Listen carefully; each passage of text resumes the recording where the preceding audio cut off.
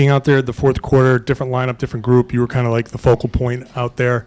I know it was a little bit tough. You guys just seemed to go cold.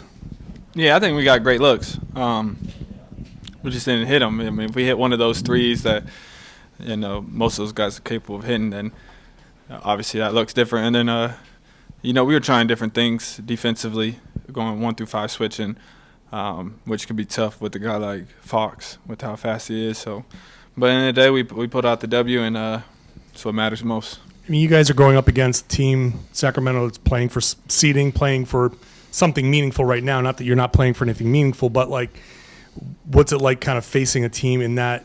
Joe talked about like this is a kind of like good practice. Like if you guys get thrown into, you're probably going to get into playoff games, but you know what I mean? Like you guys get thrown into these situations. What was it like being out there against like a team that's kind of desperate to win that game? I mean, I enjoyed it. I mean, they had something they were fighting for. I know, our seating's pretty locked up, but every opportunity we have, every game we have, I don't like losing. I don't think anybody likes losing, so we're trying to win, and obviously we're working on things, but winning is the biggest priority always. And Porzingis talks about like team chemistry where like the regulars are on the sideline, you guys are fighting to win this game. Now it's a tight game. They're out there cheering for you guys, and you guys are out there executing. What's that dynamic like? It just shows that everybody's bought in. Just because they ain't playing, they're bought into helping us win from the sidelines, cheering, and it just shows the chemistry of this team. Payton, we asked Joe about that final possession. He said, well, Payton had the ball. I didn't need to call a timeout.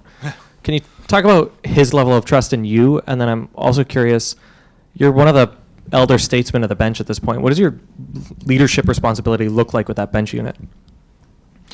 It can be different every night, but I think the biggest thing is making sure we get a good shot every time and, like, making sure people are in the right spots, who needs the ball at certain times, when is it the right time to be aggressive. But like I said, the biggest thing is, getting a good shot every time, which we didn't turn it over. We got good shots. It just sometimes they don't fall, but, yeah. Payton, you work a lot with some of the player development guys like Craig and Ross and stuff. It feels like fans understand, they know who Joe is, they know who Charles is, Sam is. But they don't really get to see what those guys bring to the table. Could you just, what do they do for you guys on a day-to-day basis, and how important is what they do? They're tremendous grinders. I mean, they're dedicated to their craft, dedicated to the game, to helping us. They spend hours upon hours, breaking down the film, then getting on the court, putting us in different spots so we're most game ready. I work with Craig a lot, so definitely appreciative of everything he does for me and what he has added to my game. And then you're a very competitive person. When you're doing those drills with him, I hear you guys keeping score, 2-1, 2-1. Sure. How much do you want to beat each other in those moments? Does a competitive fire come out between, you and also them? Yeah, for sure. I think in any drill I do in practice, I like it to be like win or losing, like a game. So, I'm not just trying to put up shots in practice. I want it to be competitive. I want it to mean something every time I do it. So I feel like that's how you get better. Payton, shooters got to shoot. Do you guys say anything to Sam when he's having a rough night, or anything after? And nope. That's gonna. I almost look at this like it's a good thing.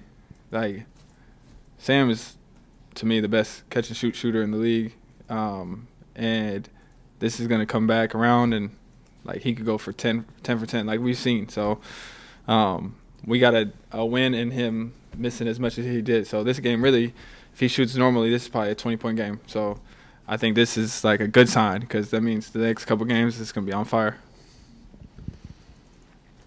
Thank you, Payton. Thank you.